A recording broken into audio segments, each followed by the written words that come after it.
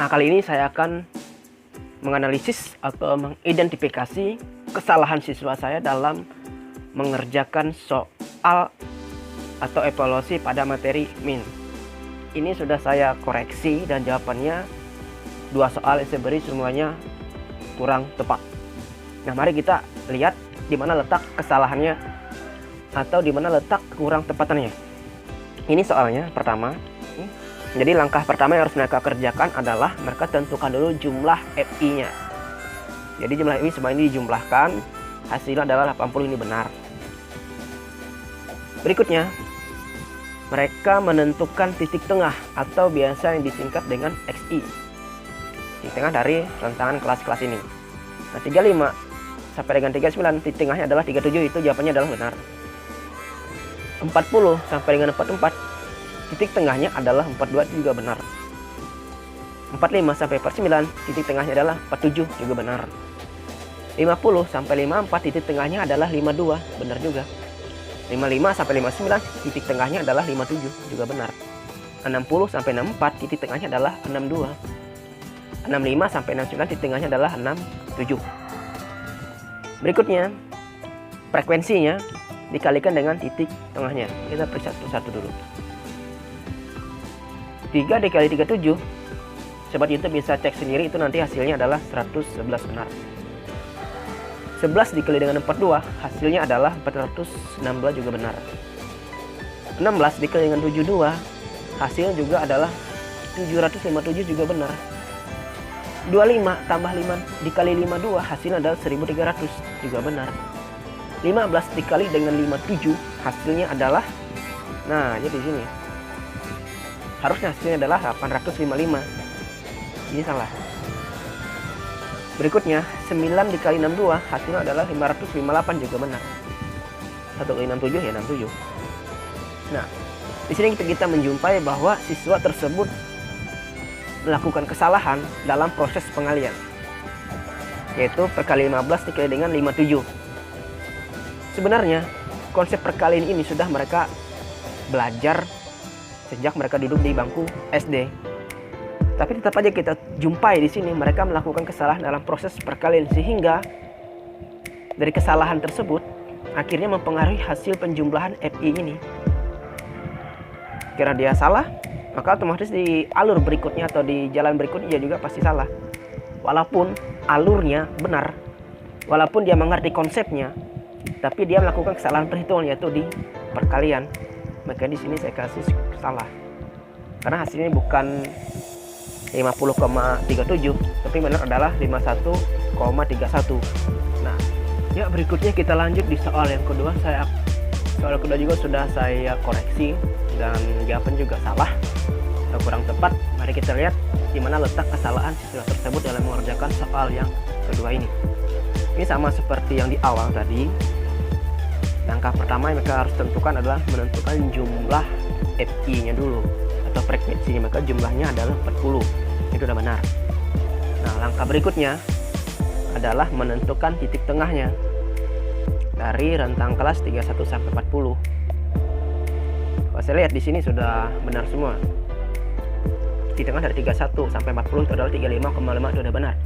Caranya adalah 31 ditambahkan dengan 40 baru dibagi dengan 2, maka ketemulah hasilnya adalah 35,5.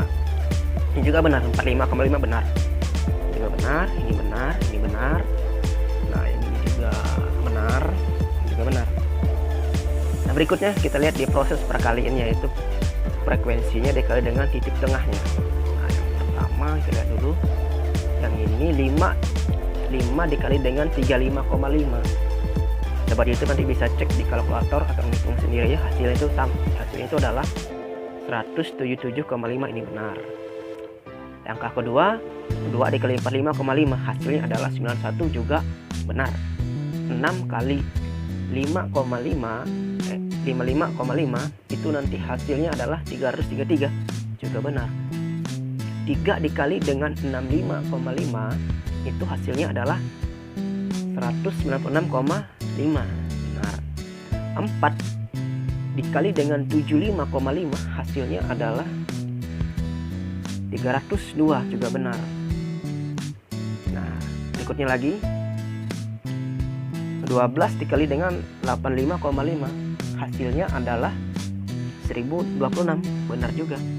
8 kali 95,5, hasilnya adalah 764. Nah, semua benar.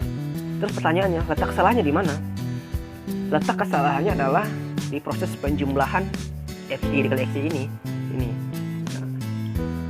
Nah, kalau kita lihat hasilnya aja kayak gini. 1,865, ada titik lagi sini 0,26. Dari sini dapat kita jumpai bahwa siswa tersebut dia kesulitan dalam menjumlahkan bilangan yang ada komanya atau bilangan pecahan desimal. Jadi kalau kita lihat dari sini, siswa tersebut atau siswa ini adalah dia melakukan kesalahan dalam proses penjumlahan pecahan desimal. Makanya dia keliru di sini.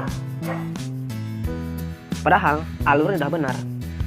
Jawaban di tabel juga semua sudah benar. Dia hanya melakukan kesalahan perhitungan atau kesalahan menjumlahkan pada pecahan desimal. Maka hasilnya adalah salah. Nah, jawaban sebenarnya adalah bukan ini, tapi 72,25. Pengoreksian tadi kita menemukan masing-masing satu kesalahan pada tiap-tiap soal, pada kedua soal ini. Pada soal pertama, siswa yang kita analisis tadi, dia melakukan kesalahan pada proses perkalian. Ada berbagai macam faktor yang mempengaruhi kenapa dia bisa salah di satu bagian tadi. Walaupun di proses perkalian yang lainnya, di soal yang pertama dia menjawab dengan tepat atau dengan benar. Tapi pada satu bagian tadi, yaitu pada bagian yang ini tadi, dia melakukan kesalahan di sini. Mungkin karena faktor kurang konsentrasi atau faktor yang lain, atau kurang teliti.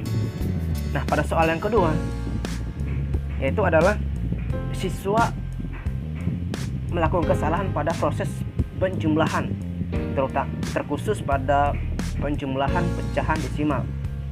Mungkin ketika dia SD dulu, mungkin untuk konsep ini kurang tertanam di mindsetnya. Jadi ini juga bisa jadi PR ya buat saya pribadi sebagai gurunya, untuk menjelaskan secara pribadi bagaimana cara menjumlahkan pecahan desimal dengan bilangan biasa atau bilangan asli atau bilangan cacah atau bilangan bulat. Demikianlah hasil analisis tadi. Saya hanya mengambil satu siswa sebagai sampelnya saja. Semoga video ini bermanfaat bagi kita semua, dan selamat ketemu di video berikutnya.